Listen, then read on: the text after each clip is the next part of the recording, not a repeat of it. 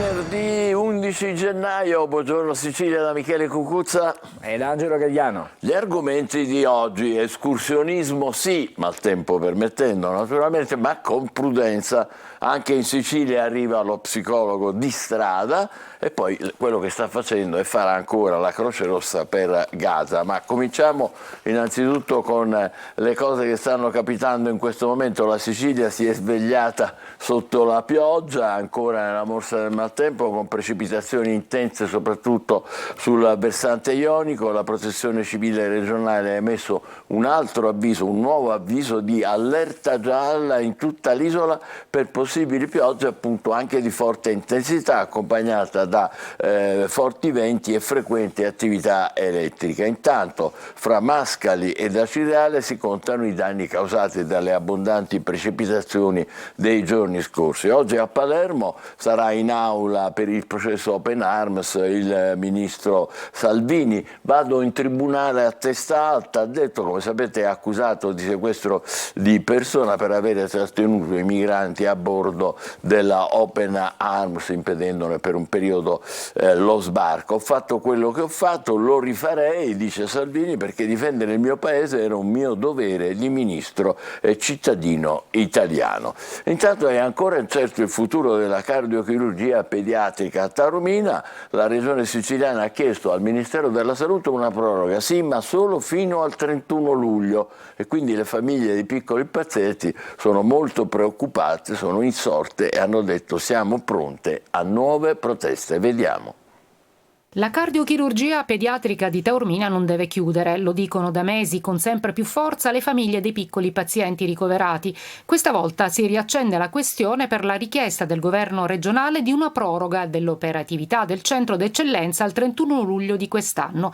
Nel documento firmato dal governatore Schifani e indirizzato a Roma si legge: in attesa che la nuova cardiochirurgia pediatrica dell'Arnas Civico di Palermo vada completamente a regime, non intendiamo fare mancare cure e assistenza a chi soffre di queste patologie.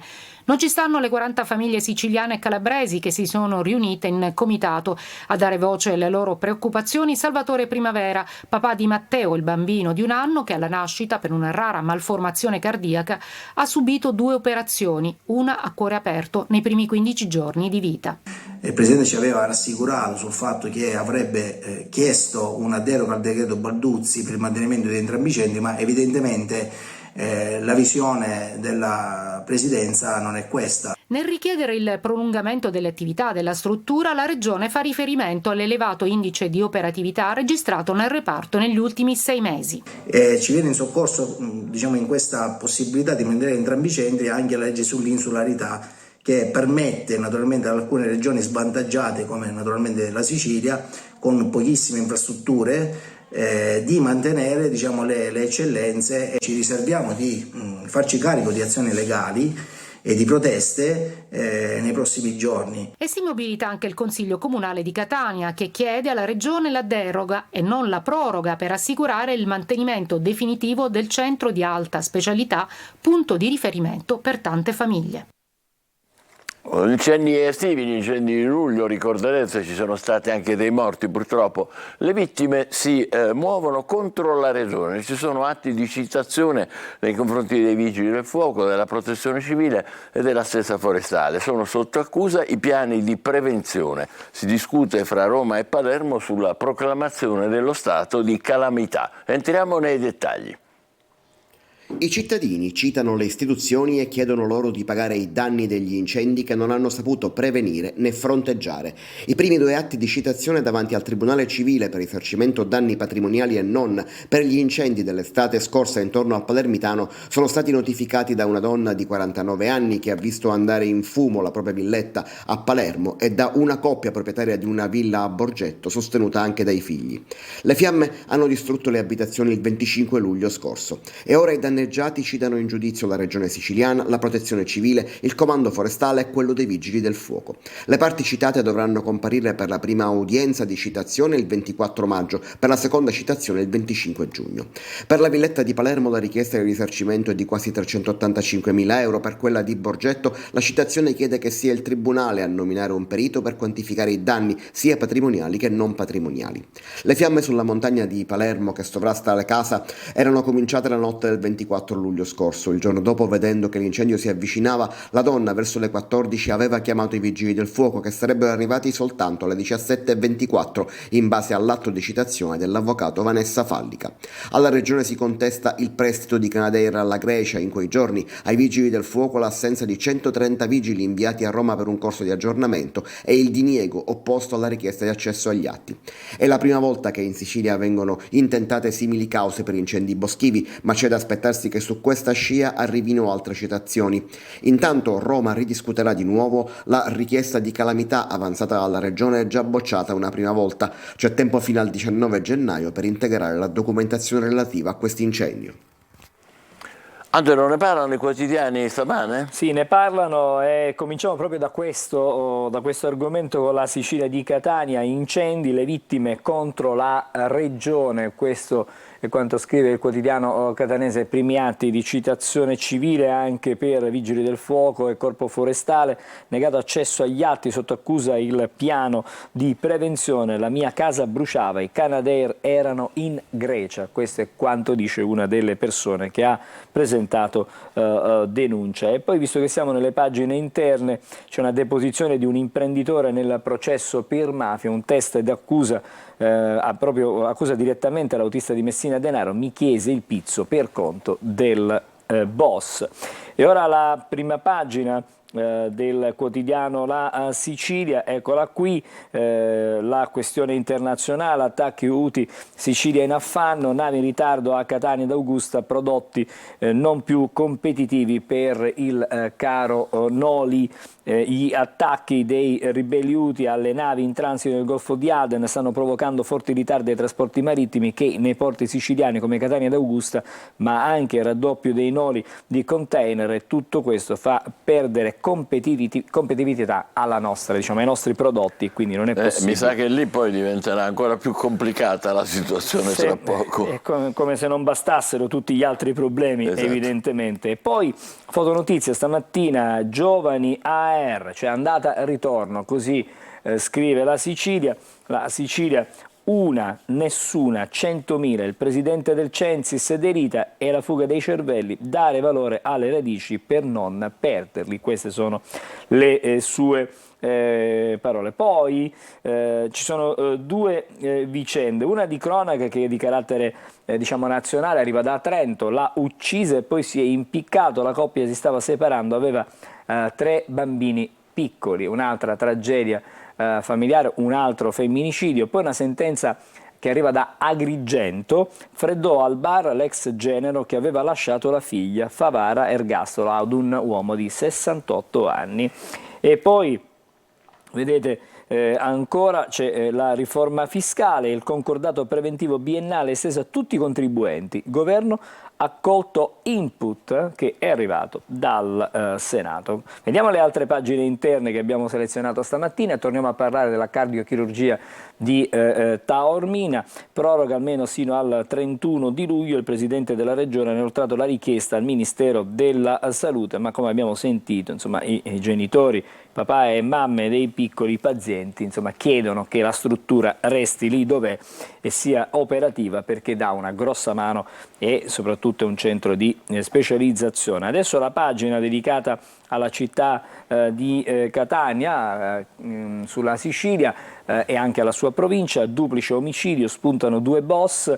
Nel 90 l'agguato ai titolari di Acciaierie Megara, il GIP, coinvolti Aldo Ercolano e Orazio Privitera. È stata disposta invece l'archiviazione di altri 5 capimafia, tra cui Benedetto Santa Paola. Poi la notizia di cui ci siamo occupati nella giornata di ieri: precipita in una cisterna di raccolta delle acque, muore annegato. Il tragico incidente per un imprenditore di 72 anni di Santa Mererina, siamo sempre nel catanese, deceduto all'interno della propria azienda. Il pozzo artificiale, profondo circa 6 metri, per i carabinieri è stata una fatalità.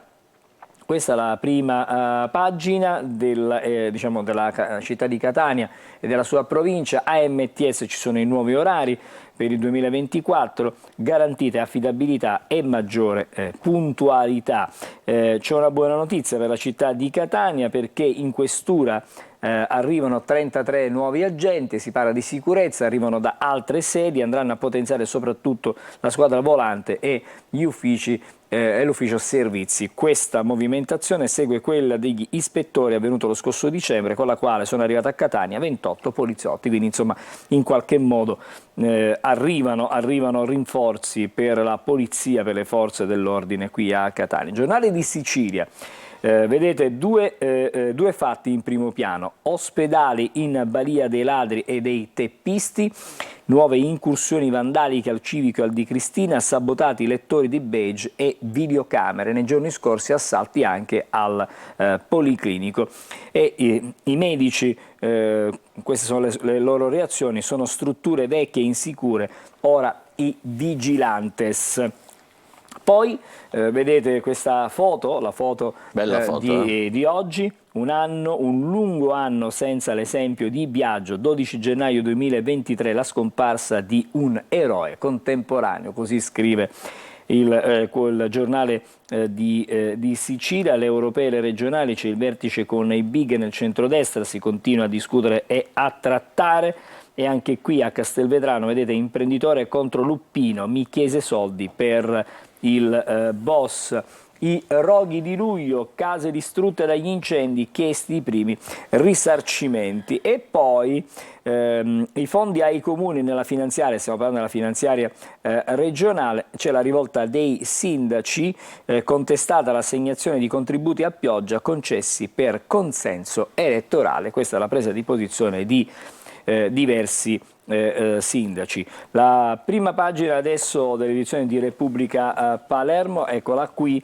Non è una città per giovani, questo è il titolo. Si allarga il disagio sociale delle nuove generazioni tra violenza e istituzioni assenti, e con l'arrivo del freddo si ripropone anche l'emergenza dei riscaldamenti rotti e inadeguati nelle scuole. Ripartono anche le proteste. Questa è la situazione. E ancora Don Pino Vetrano, il faro di Biagio sempre acceso. C'è un'intervista proprio nelle pagine interne. Si parla anche di altri temi nelle pagine interne, ma intanto andiamo a scoprire che cosa succede nelle classi. Vedi, c'è questa foto piuttosto forte, nonostante le promesse fatte.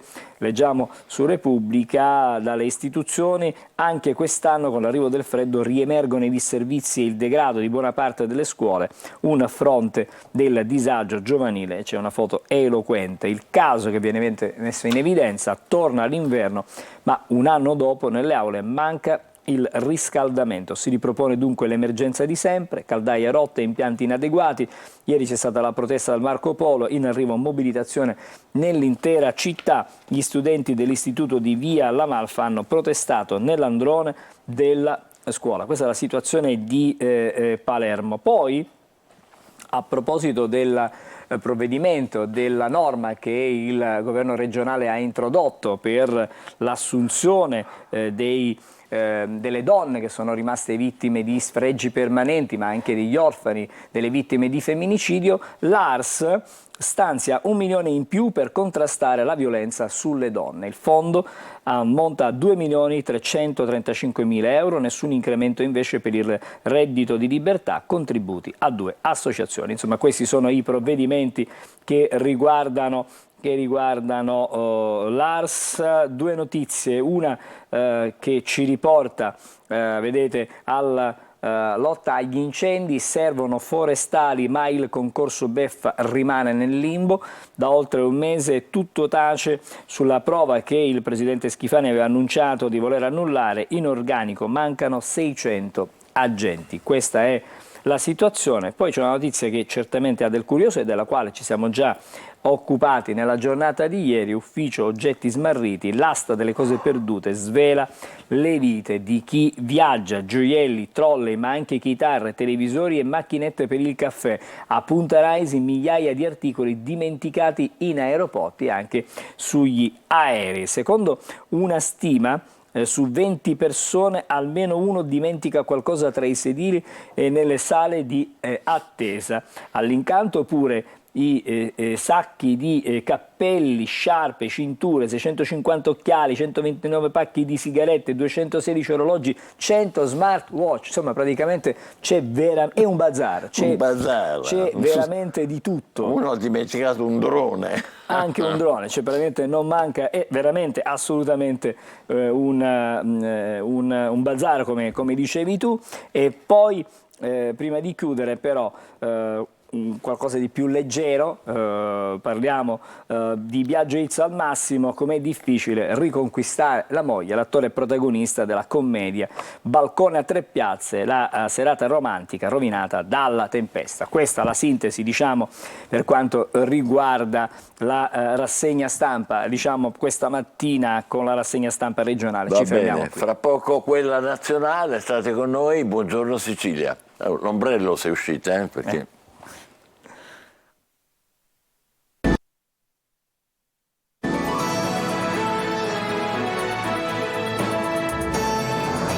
Eccoci di nuovo insieme, la rassegna stampa con Angelo Gagliano, questa volta ai quotidiani nazionali. E stamattina cominciamo, Michele, da Avvenire, perché la notizia è in prima pagina un po' su tutti i quotidiani. Israele alla sbarra.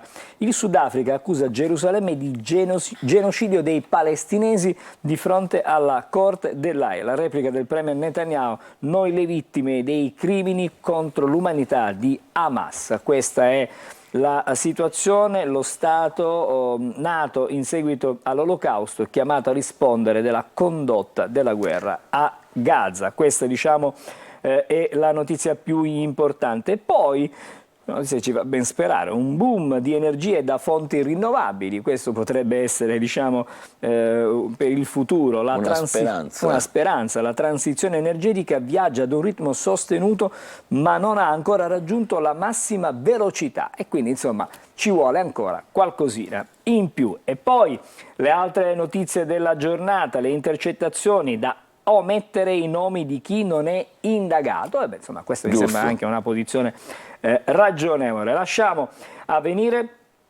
Adesso guardiamo la prima pagina del Messaggero, che ha due fatti, diciamo, in primo piano. Intanto si torna a parlare della strage di Erba. Sparite le registrazioni nella casa della strage. Nell'appartamento c'erano le cimici del PM, i file adesso non si trovano più.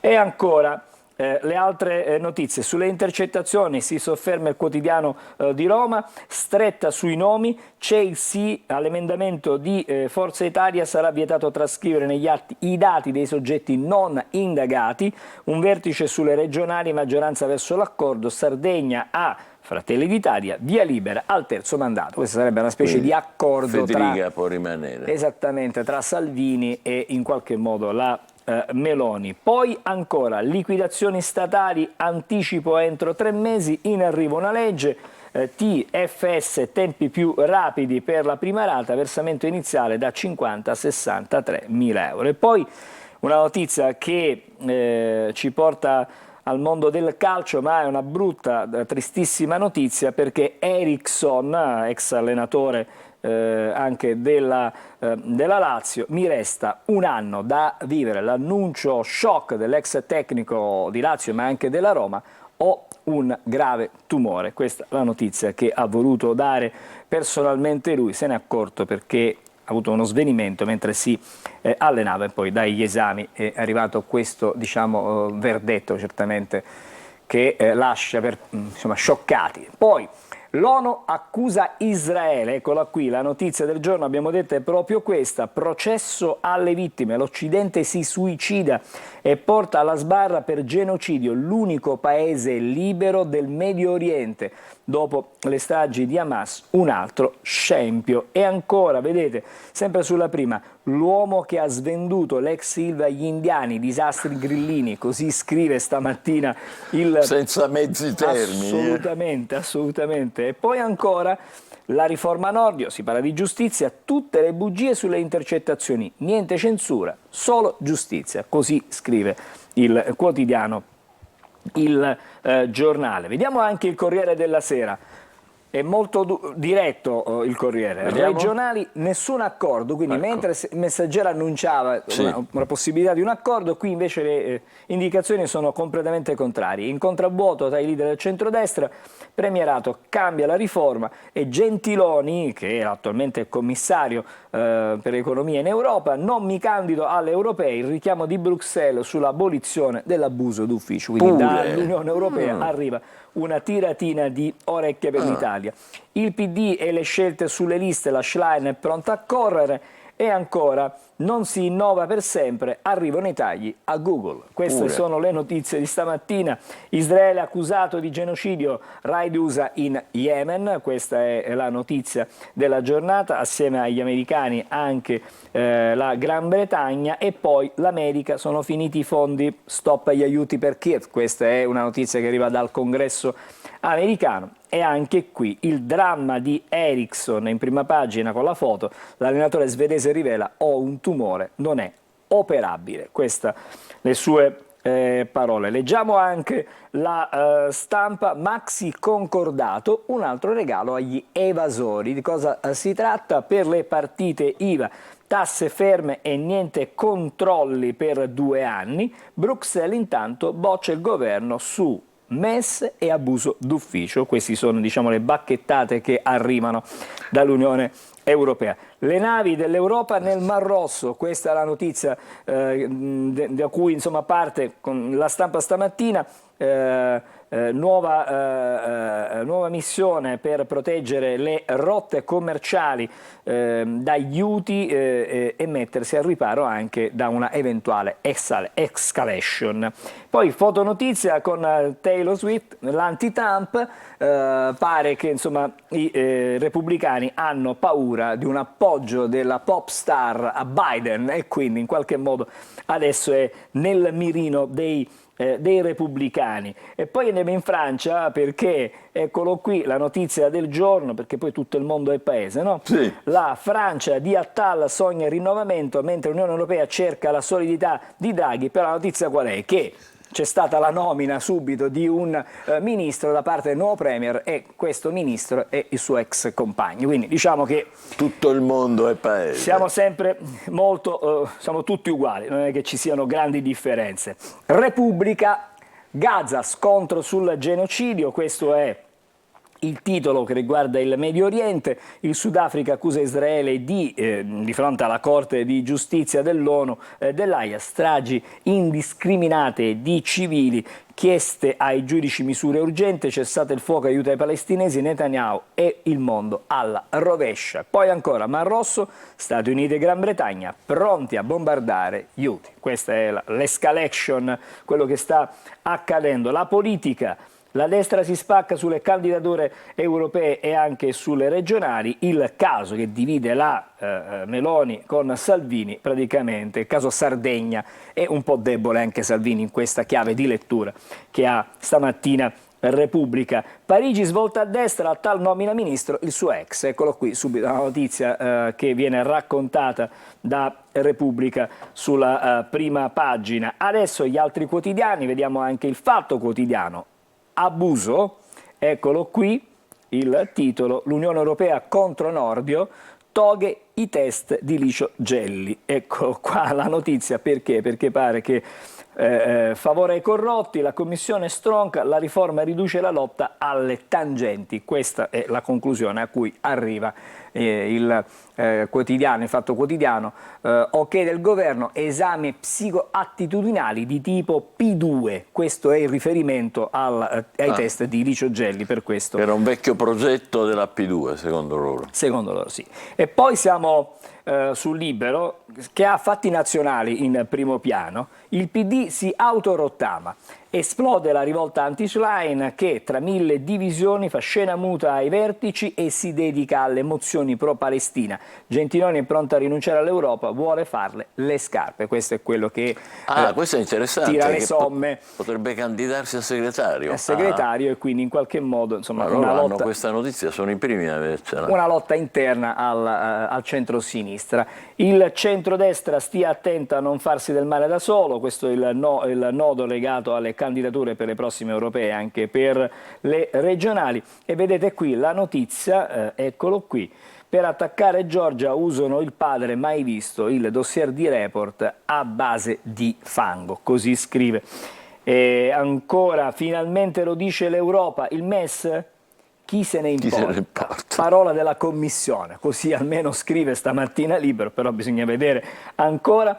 La nuova Francia, il premier Attal, fa ministro il compagno, e così è la sintesi. E poi il mio male non si cura ma continuerò a vivere, Eriksson racconta il suo tumore, una bella prova di coraggio anche per l'ex allenatore, abbiamo detto, di Lazio e Roma. Guerra e pace.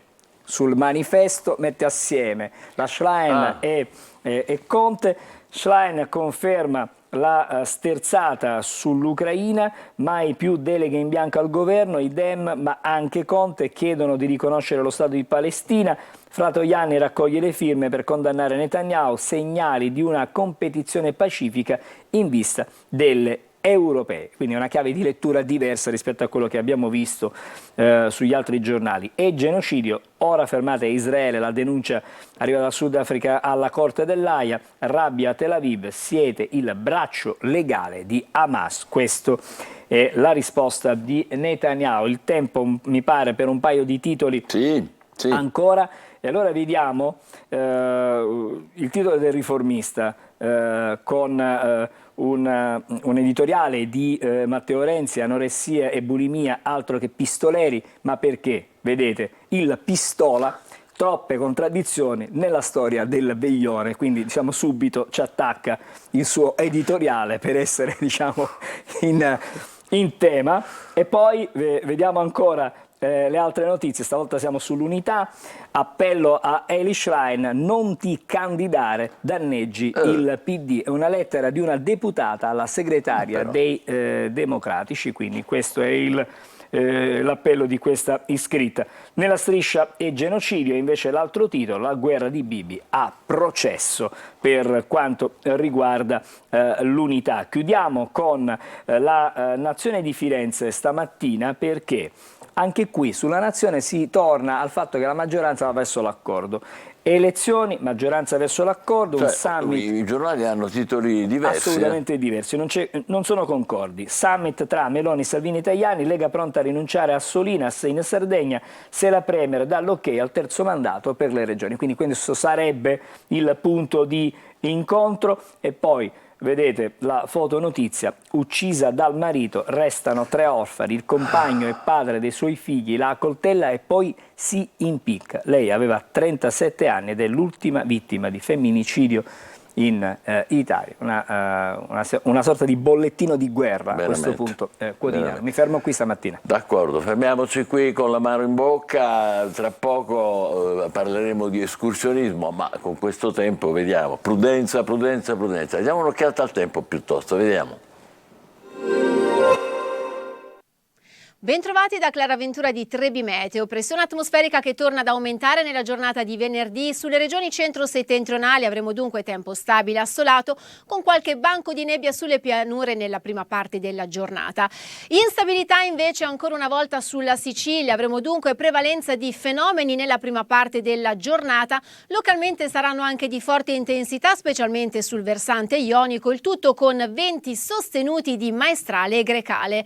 Temperature massime di diurne che non andranno oltre i 14-15 gradi. Torna il bel tempo poi nella giornata di sabato, alta pressione dominante su tutta la Sicilia, avremo dunque tempo stabile e assolato con cielo sereno o al più di tanto in tanto sarà possibile il passaggio di qualche nuvola ma comunque senza precipitazioni associate. Temperature massime diurne che non subiranno particolari variazioni, valori che però saranno più contenuti nelle aree interne, valori più alti sulle zone costiere. Con questo è tutto, dettagli maggiori sull'app di Trebi Meteo. Abbiamo tagliato le verdure e le abbiamo messe qua.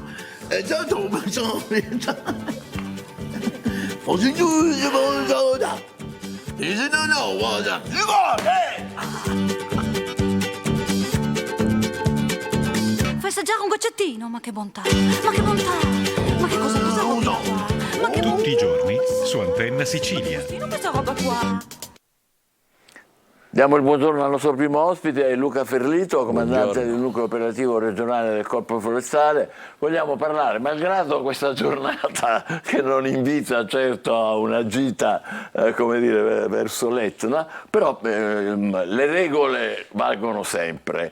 Quello cioè di come dire, muoversi, soprattutto quando si fanno escursioni nelle quote anche basse dell'Etna, bisogna avere una serie di norme di prudenza da rispettare, giusto? Assolutamente. La prima cosa è l'abbigliamento idoneo. Questo è fondamentale perché questo fa la differenza tra veramente stare male e poi portare a casa. Perché molti non lo sanno questo, l'abbigliamento idoneo. L'abbigliamento, chi va in montagna deve avere l'abbigliamento idoneo.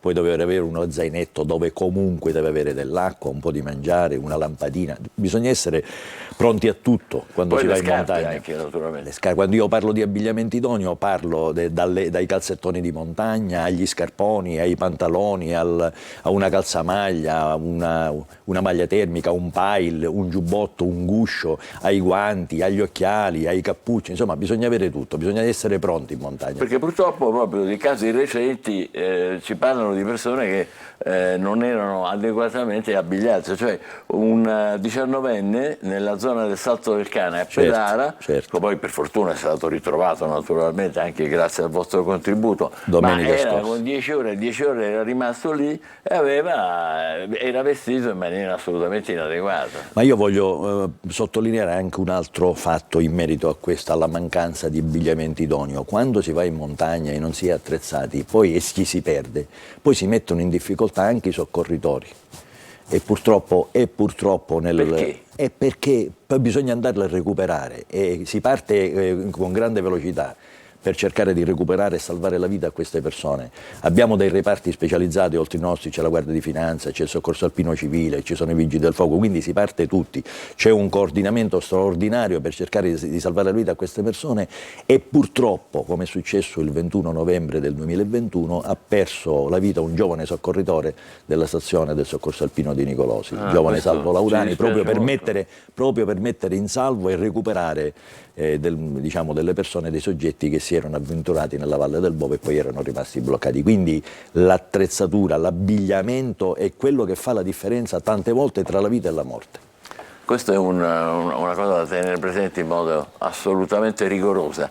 L'altra attenzione è che sottovalutiamo tutti un po' spesso è che in montagna il tempo cambia rapidamente, è vero questo? Sull'Etna poi questi opposti di temperatura, soprattutto si passa dal sole pieno e poi si passa invece a delle tempeste di neve, di nevischio, è questo che mette poi in difficoltà l'escursionista. Ma oggi insomma con la tecnologia che abbiamo tutti si possono informare sia sul percorso da fare e anche sulle condizioni meteorologiche, quindi bisognerebbe essere informati sempre su cosa si va a fare. Lasciando stare la giornata di oggi che è una giornata di maltempo, ma dovessimo essere per esempio il fine settimana una giornata con un tempo migliore, come a quanto pare, a quanto risulta, che suggerimenti dà? Quali sono le zone dell'Etna o dei dintorni dell'Etna che sono più facili e anche più godibili? Ma io ricordo a tutti che c'è una bellissima pista altomontana che parte dal versante sud, quindi parte da un po' più sopra di Nicolosi, anche se in territorio di Iltracarna, è tutto demanio regionale forestale, quindi si entra da Milia e poi addirittura si può uscire sulla pineta Ragabo. quindi sono 43 km di percorso, c'è una strada, è più o meno pianeggiante, se c'è la neve si può fare con le ciaspole, si può fare con gli sci di escursionismo, con gli sci d'alpinismo, paesaggi straordinari veramente. Questo è il suo, la meta, diciamo, più suggestiva e anche abbastanza facile, no? Non è detto che uno si deve fare tutti e 43 km della pista, se ne può fare 6-7, ci sono i rifugi demaniali, si può fermare, poi c'è il camino, si può accendere un fuoco, può consumare qualche cosa e poi rientrare alle macchine. Questa è la cosa, diciamo, più semplice da fare, più sicura e più tranquilla. Certo. Ci sono guide naturalmente anche per fare queste cose? Ci sono cose. Le guide dell'Etna, quindi ci sono le guide vulcanologiche, ancora resiste qualche guida alpina e poi ci sono queste guide di Federescursionismo, di altri enti, insomma, che riescono a portare il personale. Certo, sono competenze diverse, bisogna stare attenti. E però insomma sono persone abilitate e specializzate. A chi ci dobbiamo affidare con maggiore sicurezza? A voi? Diciamo, quelli che in montagna hanno un controllo quasi capillare dell'Etna siamo noi e la Guardia di Finanza. Ecco, che la battete continuamente, no? Ma abbiamo dei reparti specializzati che proprio fanno oltre il controllo del territorio, intervengono subito quando poi ci sono dei dispersi o qualcuno in difficoltà. Adesso la situazione neve qual è? Perché qui stiamo vedendo, le immagini sono di repertorio, ma insomma, com'è la situazione al momento? Ma non ha nevicato tanto, aspettavamo qualche cosa di più. Certo non è come la nevicata dell'anno scorso, del febbraio dell'anno scorso, che in una notte ha fatto 2 metri di neve, quindi c'è stato un accumulo di quasi 2 metri di neve che ha messo in difficoltà a tutti, non ci sono, perché ci sono state persone che sono rimaste bloccate per alcuni giorni in montagna, certo, sono morti tantissimi animali che sono stati sorpresi dalla tormenta e quindi non sono riusciti, soprattutto bovini, non sono riusciti a tornare a valle, quindi ci siamo adoperati anche per fare rintracciare queste mante e poi per farle rientrare a valle. Diciamo, poi l'esito di questa operazione è stato più che positivo. Bene, volevo chiedere una cosa, diciamo, per quanto riguarda il rispetto dell'ambiente, perché noi ogni tanto vediamo nelle zone basse, come dire, gente anche che va lì a fare piccole depositi di rifiuti, eccetera. È vero questo? Guardi, questo è un problema, è divenuto un fenomeno d'allarme sociale, io lo dico da quasi 20 anni. Chi va in montagna deve rispettare l'ambiente naturale, insomma, se porta dell'immondizia, un rifiuto, se lo deve riportare a casa, e questo è quello che fa la maggior parte delle persone. I casi diversi sono quando poi proprio c'è l'intenzione di voler abbandonare in zone che sono poco battute dei rifiuti, e questo c'è proprio l'intenzionalità. Noi l'abbiamo denunciato qualche volta. E ci sono l'intenzionalità di arrecare danno all'ambiente naturale. E liberarsi naturalmente dove certo, sono. Si abbandonano. Certo. Abbandonare ce lo fa. Tanto lo faccio sull'Etna. Non mi vede nessuno, ma non è così. Non è così perché noi abbiamo delle telecamere mobili, le spostiamo e quindi abbiamo beccato, tra virgolette, tanti sporcaccioni. Beh, questo è molto importante perché non è soltanto senso civico che manca, ma anche, come dire, i controlli sempre sono necessari. I controlli sono fondamentali. L'ultima domanda che le faccio, non vorrei metterla a disagio, ma il Corpo Forestale, è vero che stamattina abbiamo parlato ancora di carenza di personale, a che punto siamo? Purtroppo questa è la realtà, è una realtà che fa male, e il concorso che è stato bandito per 46 agenti ha avuto questo momentaneo, io ritengo, impasse. Ora vedremo cosa bisogna fare, cosa deciderà, diciamo, il vertice della regione per diciamo, rifare la prova. Non si è capito ancora non sappiamo perché non ci sono documenti ufficiali, aspettiamo le notizie. Ci dovrebbe essere questo concorso che non c'è. È vero che mancano 600 unità, 600 persone? Guardi, noi dovremmo essere in divisa più di 1000, in questo momento siamo sul 340 unità e quindi siamo un po' pochini. Diciamo, la carenza di personale affligge un po' tutti, a noi proprio ci colpisce in modo particolare. Ma la volontà della regione è quella di implementare il personale. Aspettate notizie da Palermo e avete i vostri rappresentanti, immagino che stiano trattando. Beh, in bocca al lupo allora, grazie. E grazie per essere stato con noi, per i consigli importantissimi che ci ha dato Luca Ferlito, che è il comandante del nucleo operativo regionale del Corpo Forestale. Buon lavoro, buona giornata, state con noi, tra poco altri argomenti. Buongiorno Sicilia.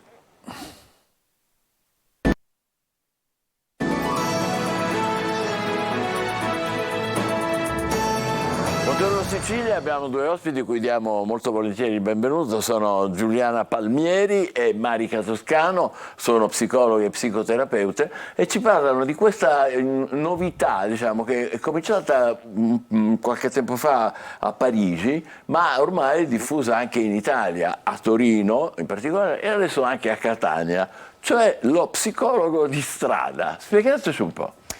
Allora sì, oggi ci troviamo in un contesto in cui la psicologia, un po' dopo il Covid, quindi come fenomeno post-Covid, ha avuto un po' un boom, è una figura che sta interessando molto, interessa in più livelli generazionali e non sempre accessibile, non sempre una figura comunque facile a cui avvicinarsi per vari motivi, dagli economici a quelli che è un po' lo stigma, no, dello psicologo. Sì. Qualcuno è anche un po' spaventato, chi è diffidente e così via. Quindi... E allora la via d'uscita che avete individuato qual è? È quello di fare in modo che siamo noi che ci approcciamo alla gente comune, cercando di creare un setting che sia un po' più colloquiale, quindi non magari lo psicologo come nell'immaginario, no? Lo psicologo che ti psicanalizza nel lettino. No, abbiamo creato un setting che invece attraverso degli aperitivi cerchiamo di creare... gli aperitivi! Sì, questo è il nostro format. Cioè, ma quindi analcolici, perché sennò anche uno... analcolici. Perché uno straparla con lo psicologo. Esatto, e succede questo, cerchiamo di cogliere delle tematiche che viene anche dal pubblico, di che cosa vi interesserebbe parlare e quindi affrontiamo insieme queste tematiche cercando di avere un confronto con delle persone che non sempre hanno la possibilità di parlare di questi argomenti. Appunto, come diceva prima la dottoressa, operatore economico anche per una certa cultura che ancora persiste. Ecco, ma per esempio lo state già realizzando dalle nostre parti, non solo lì a Torino? Sì, abbiamo iniziato appunto in un locale qui a Catania. A Catania? Sì, il primo evento è stato il 22 dicembre proprio sulla depressione natalizia che poteva cogliere insomma le persone. Altri argomenti sono diciamo, proposti invece dalle persone, dalla comunicazione alle relazioni, al burnout, quindi stress correlato al lavoro e quindi questa è la nostra idea. Sono loro che vi propongono il proprio disagio, che vengono, oppure siete voi che introducete? Sì, allora l'obiettivo è quello di portare un'informazione più competente e consapevole. Se ne parla molto di tematiche relative alla psicologia nei social, tra gruppi di amici e l'obiettivo è quello di dire siamo qui, c'è un aperitivo per cui beviamo insieme, analcoliche e non, ma parliamo di cose che possono destare interesse in maniera competente, funzionale e professionale. E sta funzionando? Sta funzionando, in realtà c'è una buona risposta da parte di gente comune, la notizia si sta diffondendo proprio perché hanno questa esigenza un attimino di parlare e di comprendere anche che magari se c'è una problematica non è del singolo, confrontandosi con altre persone si capisce. Perché le sedute, chiamiamole così, tra virgolette, sono aperte, ci sono più persone, non è una... Sì, diciamo che il format che vogliamo portare avanti è recuperare il contatto umano in un confronto. Parliamo di questa tematica, parliamone tutti insieme, quindi il confronto non è solo con noi professionisti ma è anche tra di loro e questo è bello perché unisce più prospettive a livello generazionale e anche rispetto alle diverse prospettive che si possono vivere in una stessa tematica. Quindi generazionale, diceva, quindi non sono solo i giovani che si avvicinano a voi. No, esatto, c'è anche gente magari dei 50-60 anni che comunque si ritrova lì e può avere una prospettiva diversa di generazioni che sono più giovani. Senza svelare, come si dice, il segreto d'ufficio, quali sono i temi o i problemi che vengono fuori maggiormente dalla vostra esperienza, diciamo, degli aperitivi? Allora, sembrerebbe comunque lo stress correlato a diverse dimensioni di vita, o per il lavoro perché non c'è tempo, oppure anche la mancanza di competenza nella gestione delle emozioni, che non si sanno riconoscere, che non si sanno proprio gestire. E anche a livello relazionale, quindi come queste emozioni, quest'ansia, perché c'è anche la gestione dell'ansia, fa a volte fatica poi a esprimersi all'interno di una relazione, quindi sono vari i temi in realtà che ci vengono richiesti, che riguardano anche la psicologia in sé, quindi come affrontare ad esempio i primi colloqui, come affrontare, come scegliere adeguatamente il professionista giusto, quindi ci viene chiesto anche questo, quindi come affrontare il primo per andare dallo psicologo. Esatto, come affrontare il primo step, che è poi quello che un attimino spaventa sempre, quindi questo setting è anche per rompere questo ghiaccio, cioè siamo qui, siamo professionisti, abbiamo studiato, ma siamo anche persone. Quindi non volete sostituirvi alla, come dire, terapia tradizionale, sono quella due cose diverse. con le sedute anche private? Sono due cose diverse, nel senso che se c'è effettivamente una problematica che ha bisogno di più attenzione, chiaramente questo non è il setting giusto, allora si rimanda, ci sono queste possibilità, hai questa prospettiva di scelta, il percorso probabilmente sarà questo, però probabilmente di persone che non avrebbero autonomamente fatto richiesta, per esempio, no? E quindi potrebbe essere una cosa in più in questo senso. Ma scusi, non per fare adesso il bastian contrario, ma non ci avevano sempre spiegato che come dire, il lavoro, la terapia psicologica è un percorso lento, che bisogna arrivarci? Invece uno così con l'aperitivo non rischiamo di essere un po' superficiali? Non voi, No, è certo, però è importante non confondere, appunto come diceva la mia collega, sono setting diversi e personalmente credo che spostiamo questo concetto, la terapia è molto personale, ci sono casi di terapia in cui appunto un approccio più lento può essere più utile, ci sono casi di terapia in cui anche qualche seduta può essere bastevole in base alla richiesta d'aiuto, perché poi è quella che comanda il nostro lavoro, la richiesta che ci viene fornita. Lo psicoaperitivo è un setting che cerca di dare informazioni, piuttosto che parlarne sui social, che un po' sta sdoganando, no? Cioè do l'informazione sull'ansia è questa, no, questa è l'ansia, ma come la provi tu? Cosa ne pensi rispetto a questo? Come si sposa nella tua persona? Perché è facile dire siamo tutti ansiosi, ma come? Tutto questo ha avuto una crescita in seguito al Covid, dicevate prima, è vero? Sì. Cioè si manifesta di più adesso questo problema del, non so, la definiamo così, ansia, della difficoltà di reggere le emozioni? Sì. Durante la pandemia si sono proprio statisticamente accentuati questi disturbi dell'ansia e la depressione, motivo per cui comunque sappiamo che anche il governo ha cercato di proporre ad esempio il bonus psicologo, proprio perché c'è un'alta richiesta. Però non tutti magari vi possono accedere, non è magari sempre semplice e quindi l'idea era, come diceva la mia collega, piuttosto che fermarci sui social, su internet, cerchiamo invece un contatto umano che può essere più immediato e quindi dare maggiore possibilità. Gratuito poi. Ma c'è ancora il bonus, anche se un po' mi pare l'hanno un po' ridotto, ridimensionato, c'è il bonus? C'è ancora, sì, c'è bonus ancora. Psicologico si chiama, scusate. Sì. C'è ancora, è stato riattivato recentemente con gli stessi criteri di prima, è un buon inizio, perché appunto lei diceva hanno iniziato a manifestarsi di più queste problematiche, in realtà probabilmente c'è stata posta più attenzione, non è che ci sia stato un aumento, semplicemente dopo il Covid c'è stata più attenzione nei riguardi di queste problematiche riguardo a questa figura e questo è come se avessero spostato un po' la luce verso questo ampio spazio di problematiche, di disagi. Il bonus psicologico all'interno di questo contesto è importantissimo perché mette un po' il riflettore su e l'attenzione su questo discorso. Dovrebbe probabilmente un inizio che dovrebbe sempre svilupparsi, che dovrebbe portare sempre a nuovi miglioramenti. Il rischio è che vada verso i famosi tagli, invece al contrario, no? Dovrebbe essere come minimo mantenuto e forse anche un po' ampliato. Esattamente. Invece si cerca sempre, dopo un po' cominciano a tagliare di qua e di là. Nella speranza che si creino anche altre figure, ad esempio c'era l'idea di creare lo psicologo di base, come c'è il medico di base, no? Quindi per fare in modo che la persona possa essere supportata da un punto di vista fisico, ma anche mentale, perché poi è strettamente connesso, come sappiamo, no?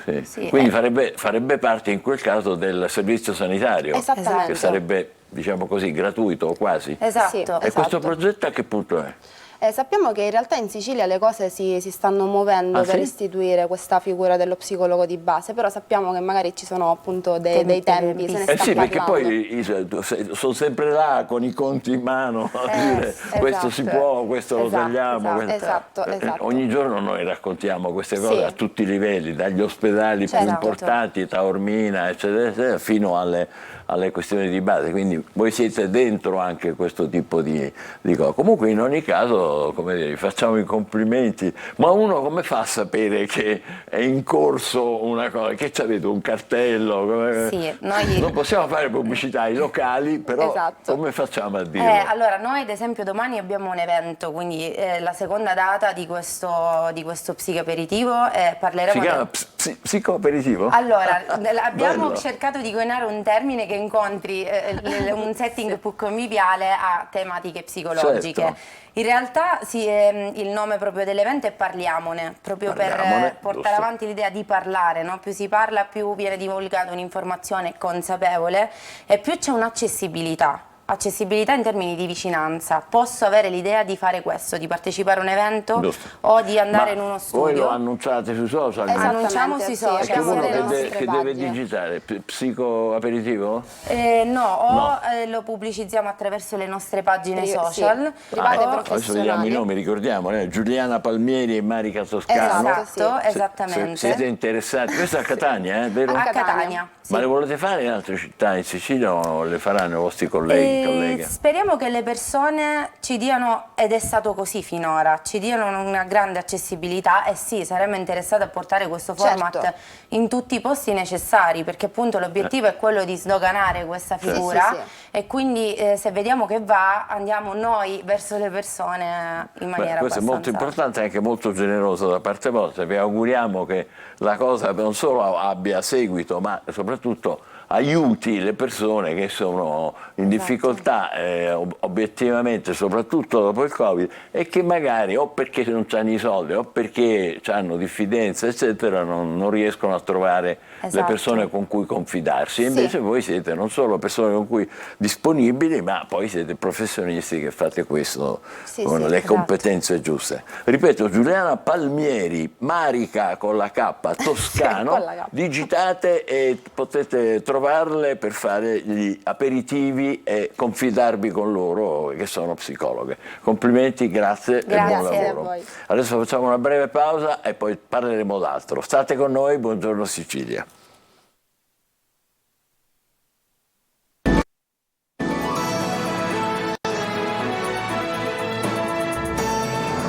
Buongiorno Sicilia, siamo in collegamento con una personalità a cui diamo il benvenuto con grande piacere, il presidente della Croce Rossa Italiana, Rosario Valastro. Buongiorno e benvenuto Presidente. Buongiorno, ben trovati.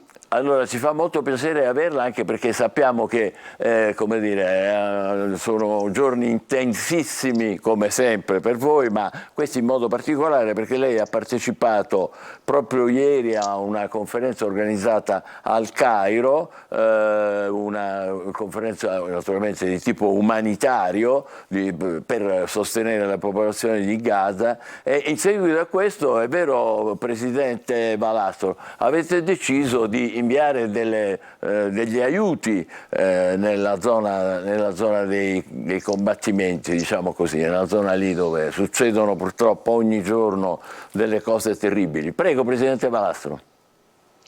Sì, grazie. La conferenza è una conferenza di appello umanitario organizzata dalla Mezzaluna Rossa palestinese e dalla Mezzaluna Rossa egiziana, che è quella che sta coagulando, diciamo, gli aiuti che arrivano dal movimento di Croce Rossa, perché poi è tramite il valico che riesce a far transitare questi aiuti nella striscia di Gaza. È una conferenza in cui c'erano circa 20 società nazionali di Croce Rossa e Mezzaluna Rossa, altrettante ambasciate, organizzazioni delle Nazioni Unite o altre ONG.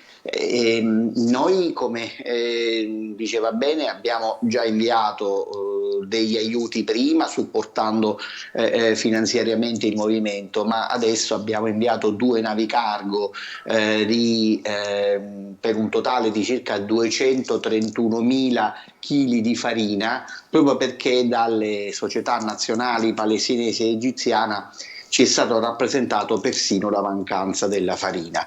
La situazione nella striscia di Gaza è assolutamente clamorosa, ci troviamo con un numero di sfollati di circa 1.900.000 su una popolazione residente di 2.200.000, quindi i numeri si commentano da soli. Abbiamo al 95esimo, 96esimo oggigiorno di conflitto un numero di morti impressionante che supera i 23.000, 60.000 feriti, e la richiesta da parte della popolazione di non essere considerata soltanto come un numero. In tutta questa vicenda già grave di per sé ci troviamo dinanzi a altri due aspetti fondamentalmente complicati, che entrambi legati al fatto che non viene concesso agli operatori umanitari di svolgere il loro ruolo in barba alle norme del diritto internazionale umanitario. Da un lato gli operatori umanitari, sanitari non possono fare il loro lavoro perché mancano i mezzi, non riescono a entrare in materiali col metallo, quindi neppure le bombole dell'ossigeno. C'è una donna che ci ha raccontato che per mettere il proprio neonato in un'incubatrice è dovuta andare dall'altro lato della striscia di Gaza, lasciando la bambina più grande per 40 giorni senza neanche poterla sentire al telefono. Quindi da un lato c'è questo, addirittura c'è stato un tributo di sangue già altissimo dei volontari della Mezzaluna Rossa palestinese. Dall'altro sempre si impedisce al Comitato Internazionale di Croce Rossa di andare a visitare gli ostaggi, in una situazione che sta creando una grossa tensione fortissima a 136 famiglie israeliane che non riescono ad avere notizia sui propri congiunti. Certo. Presidente, scusi, non vorrei fare adesso delle domande tecniche che non hanno nessuna importanza di fronte ai drammi che ci ha appena descritto e confermato, che sono poi quelli che raccontiamo anche noi tutti i giorni. Voi mi muovete quindi attraverso il valico del sud, dall'Egitto, via terra, se ho capito bene? Sì, noi inviamo gli aiuti alla Mezzaluna Rossa egiziana, che riesce a farli passare tramite il valico del sud, ma gli aiuti passano abbastanza col contagocce, perché c'è un'operazione di controllo che è importantissimo, sì. E quindi le cose passano a poco, certamente in maniera infinitamente minore a quelle che sono le necessità della popolazione sofferente. Certo. Presidente, ha parlato di questo numero sterminato di sfollati, quasi 2 milioni, 1.900.000. Sfollati dove? Se la striscia di Gaza è questo inferno che lei ci ha appena confermato.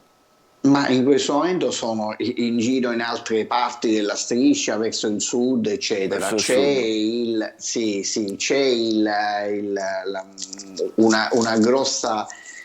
grosso timore che queste persone arrivino poi a cercare di andare oltre i confini nazionali, quindi anche su questo c'è stata una discussione per cercare di aiutare la Mezzaluna Rossa egiziana, perché comunque c'è un'attenzione e una cura di tutte le persone che stanno al confine. Certo.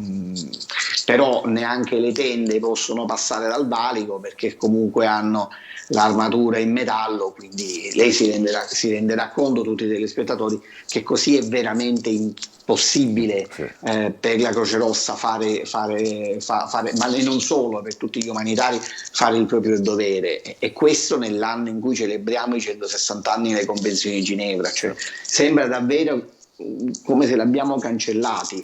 Noi non entriamo nella discussione fra le due parti, nella lotta, nella guerra, non è questo. Noi semplicemente affermiamo che anche in guerra ci sono delle regole e che la popolazione civile e gli operatori sanitari non sono mai un bersaglio. Giusto. Presidente, malgrado questo, ci ha raccontato, avete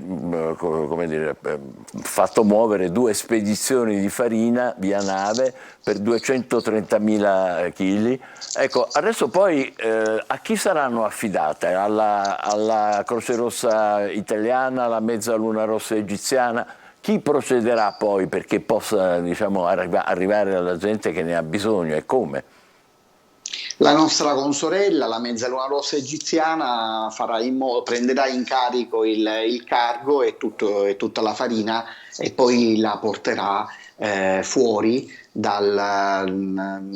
tramite il valico, cercherà di portarla in contatto con la Mezzaluna Rossa palestinese, con cui storicamente abbiamo dei rapporti veramente fraterni, e quindi poi loro provvederanno alla distribuzione. Abbiamo un sistema all'interno del movimento di costante contatto fra consorelle, anche di rendicontazione, per far sì che in effetti poi le cose non vadano in mani sbagliate, perché questa stessa ci rendiamo conto essere anche una preoccupazione dei donatori. Ricordo che questi 231 tonnellate di farina arrivano proprio frutto anche delle donazioni delle persone che della Croce Rossa Italiana e di tutto il movimento si sono fidate. Certo.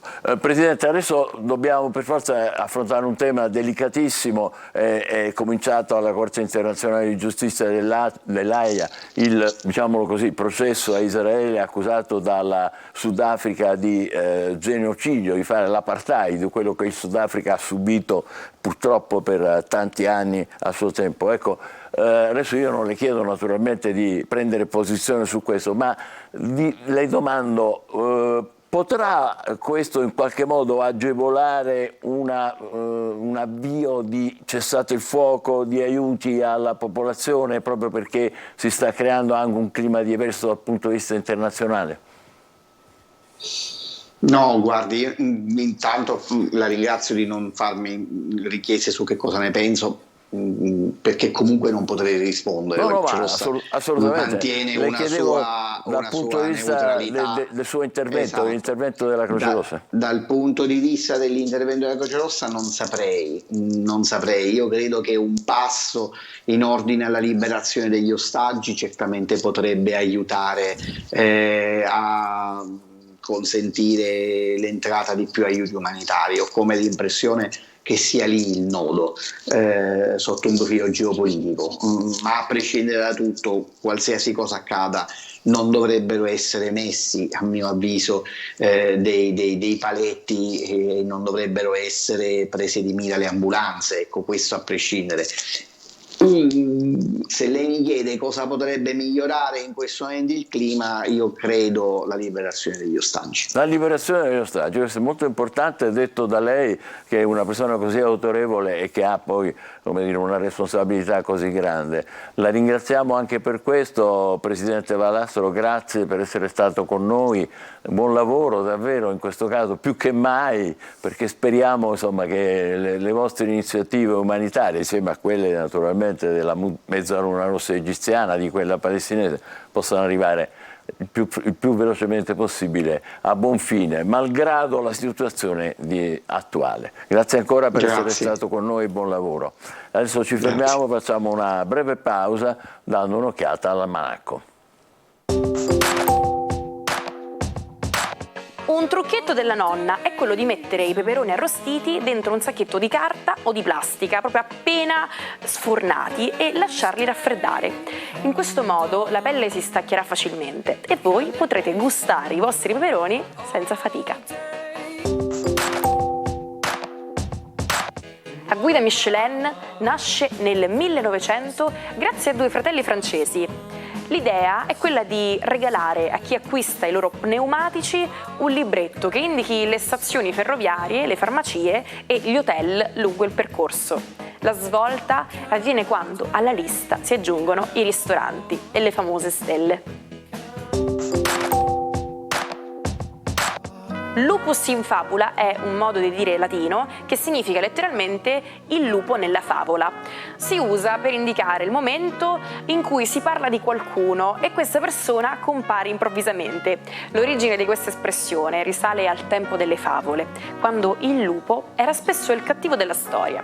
Se durante una conversazione si menzionava il lupo, si pensava potesse comparire nella realtà, portando guai o pericolo. Questo modo di dire corrisponde a quello più comune: parli del diavolo e spuntano le corna.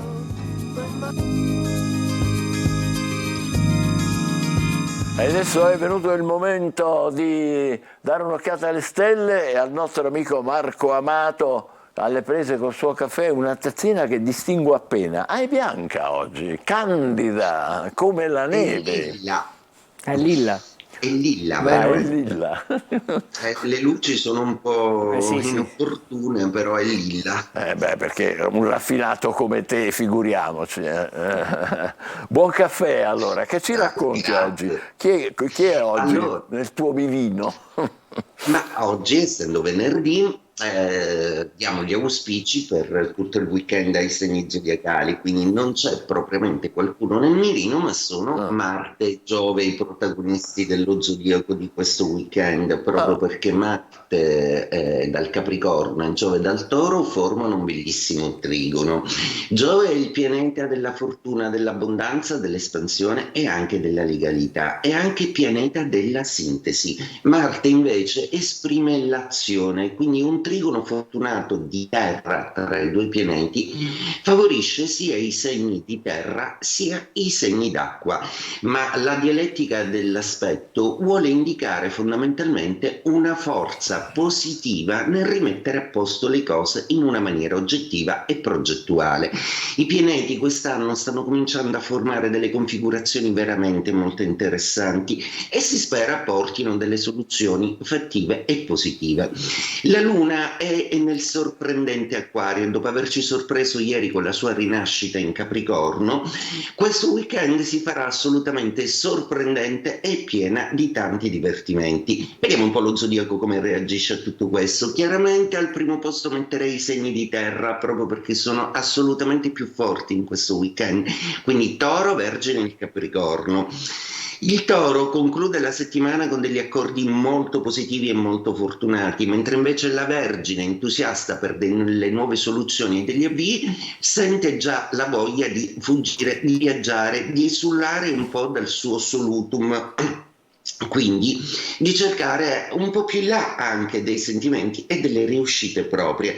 Capricorno, inossidabile e inaffondabile Capricorno, che con Marte vive più le passioni, il lato godereccio, con una situazione oggettiva e pratica sicuramente molto ben riuscita. Il Capricorno per adesso è in una versione inedita di sé e si dedica all'amore e alle passioni ed ammette persino di essere innamorato. Notevole per un Capricorno. Passiamo quindi ai segni d'acqua.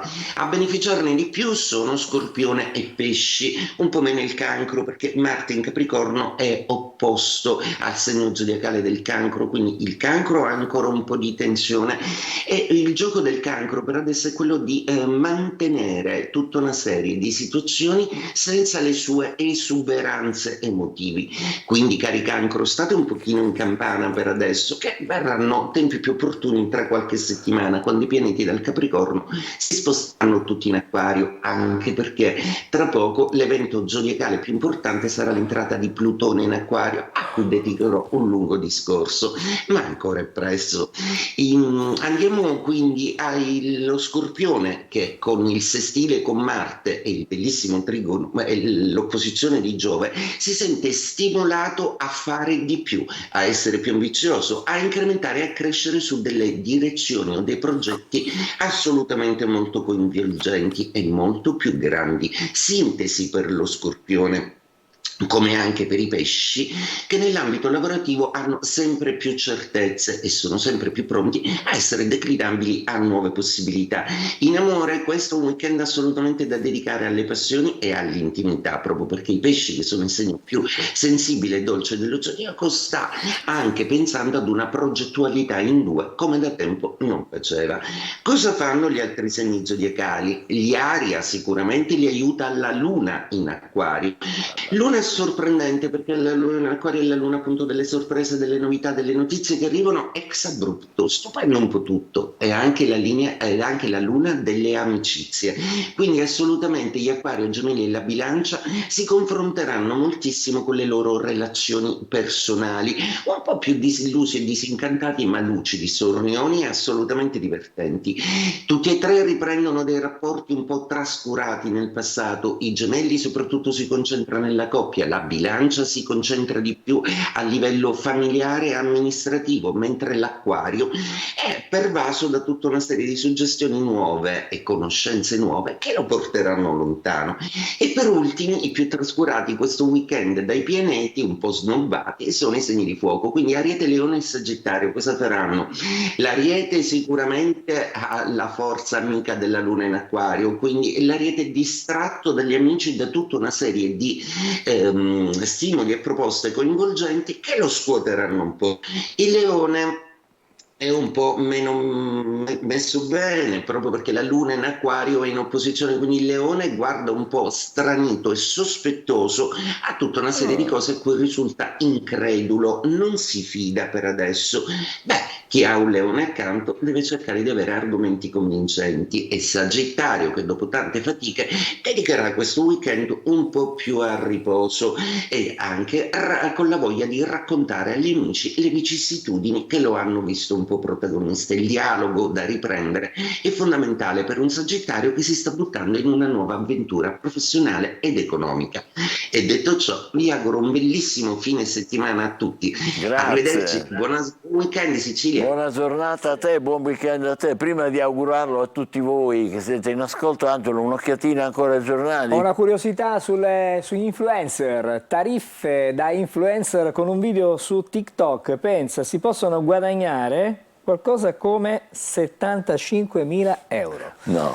A parlare è Clio Makeup, che fa 11 milioni di fatturato, dice giuste le nuove regole che arrivano dall'Agcom. E poi c'è tutta praticamente una classifica in base alla percentuale, 0-100 euro per una nano influencer che ha fino a 50.000 follower, e poi andando su si possono arrivare a cifre diciamo esagerate. Come abbiamo detto, su Instagram si arriva a guadagnare anche 75.000 euro, ma si parla di celebrity in questo caso, perché poi le influencer hanno una classifica nano, micro, mid-tier, macro e ancora mega, insomma, e poi ci sono le celebrity. Le celebrity. Va bene. Allora, invece noi, ex abrupto, come direbbe Marco Amato, vi auguriamo buon weekend a tutti.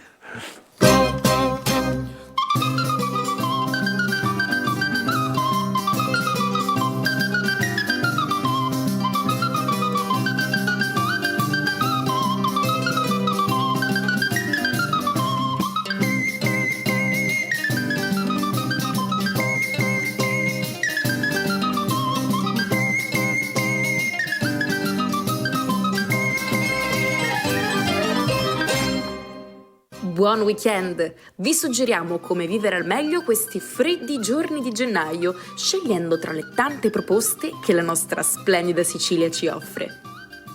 Nei giorni che vanno da oggi fino a domenica 14 gennaio, al Palagiotto di Palermo torna Mondo Sposi, la manifestazione gratuita che presenta le ultime tendenze in fatto di cerimonie e matrimoni, dove aziende specializzate nel settore wedding offrono ai futuri sposi una panoramica completa su tutto ciò che occorre per il giorno più bello. Al Parco Madre Teresa di Catania, questa domenica, 14 gennaio, si celebrano i 20 anni della Fiera Biologica con una nuova esaltante edizione durante la quale i produttori agricoli bio e slow food proporranno, oltre ai loro prodotti, anche attività come lo yoga, intrattenimento e laboratori per i più piccoli. Un altro grande appuntamento musicale per la stagione dell'Orchestra Sinfonica Siciliana al Politeama Garibaldi di Palermo. Venerdì 12 e sabato 13 gennaio Nicola Piovani dirige l'Orchestra Sinfonica in un concerto dal titolo Piovani dirige Piovani. Il maestro propone lo scherzo eolico e il brano sinfonico Sarajevo, con un'invocazione alla pace, oggi più che mai attuale. In programma anche 2 suite dedicate al cinema dei fratelli Taviani e l'altra a Fellini e La vita è bella. Sabato 13 gennaio al Teatro Metropolitan di Catania va in scena Rapunzel, il musical con Lorella Cuccarini, scritto e diretto da Maurizio Colombi. Applaudito da oltre 70.000 spettatori solo a Roma e Milano, Rapunzel è una rielaborazione della celebre fiaba dei fratelli Grimm, che vede protagonista Gothel, sorella di Gretel e matrigna di Rapunzel, interpretata proprio da Lorella Cuccarini. Nuovo appuntamento per il calendario di eventi Palazzolo è sabato 13 gennaio. A Palazzolo Acreide l'auditorium comunale ospita Uno, Nessuno e 100.000 con l'attore Enrico Loverso nei panni del protagonista dell'opera di Luigi Pirandello, per la regia di Alessandra Pizzi. Domenica 14 gennaio nella sede dell'Officina Artistica Carpe Diem di Marsala i partecipanti del laboratorio teatrale diretto da Luana Rondinelli incontrano il pubblico. Monologhi d'autore, testi scritti di proprio pugno. Pillole tratte da musical prendono vita nel corso di Mostrarti, un pomeriggio all'insegna della bellezza, della commozione, ma anche della risata. Infine, per gli amanti delle atmosfere d'epoca, vi segnalo il percorso guidato al castello La Grua Talamanca di Carini, in provincia di Palermo, previsto per domenica 14 gennaio, dal titolo L'amaro caso della baronessa di Carini. I visitatori assistono agli ultimi momenti della infelice vita di Laura Lanza di Trabia, la baronessa di Carini, che dopo aver conosciuto il vero amore viene uccisa nella celeberrima stanza dove si dice appaia ancora vicino l'impronta della sua mano insanguinata. Buon weekend ancora, intanto vi ricordiamo che il 12 gennaio del 1848, quando a Palermo è scoppiata la rivoluzione siciliana contro il regno delle due Sicilie, questa qui, che ha portato alla proclamazione della prima Costituzione del governo autonomo dell'isola, quindi l'autonomia della Sicilia comincia da tantissimo tempo fa, 848. Passiamo al 12 gennaio 1976. Oltre un secolo dopo, l'anno in cui ci lasciò Agatha Christie, la regina del giallo, autrice di romanzi e racconti che hanno appassionato milioni di lettori in tutto il mondo. E dal giallo arriviamo al bianco, il colore della neve che coprì gran parte d'Italia, anche dell'Europa. Il 12 gennaio 1985, stiamo vedendo per l'appunto qualche immagine, quando un'ondata di gelo fece registrare temperature record. Siamo a Firenze, qui meno 23,2 a Firenze. Mamma mia. Il 12 gennaio del 91 è cominciata la guerra in Iraq per liberare il Kuwait dall'occupazione di Saddam Hussein. L'operazione si chiamava Desert Storm, questi qua sono i soldati che entravano in Iraq. Il 12 gennaio del 97 a Piacenza un treno a alta velocità è deragliato a causa di un guasto elettrico, guardate che disastro, provocando 8 morti e 29 feriti. L'incidente ha messo in evidenza i problemi di sicurezza e manutenzione della rete ferroviaria italiana. E come no, 12 gennaio 97 Piacenza. Un anno dopo, 12 gennaio 1998, l'Europa dice no alla clonazione umana, firmando a Parigi un protocollo che proibisce ogni intervento mirante a creare esseri umani geneticamente identici ad altri. Lo scopo è quello di prevenire gli abusi e le discriminazioni legate alla manipolazione genetica. E il 12 gennaio del 2010 un terremoto devastò Haiti, causando oltre 230.000 vittime e una grave crisi umanitaria, un disastro naturale che scosse il mondo intero e che richiese l'intervento di molte organizzazioni internazionali. E per concludere, 12 gennaio, data memorabile per la musica, li avete riconosciuti? No, perché loro sono i Led Zeppelin, una delle band più influenti e innovativi della storia del rock. L'album contiene brani come Good Times, Bad Times, Dazed and Confused, che vuol dire leggermente stravolti e un po' confusi, come è comprensibile. Vabbè, è considerato una pietra miliare del genere, ha venduto milioni di copie in tutto il mondo. E proprio con Good Times, Bad Times, sembra proprio oggi, no? Bei tempi e tempi un po' cattivi. Vi salutiamo e vi diamo appuntamento alla prossima settimana. Grazie per essere stati con noi, buon weekend con il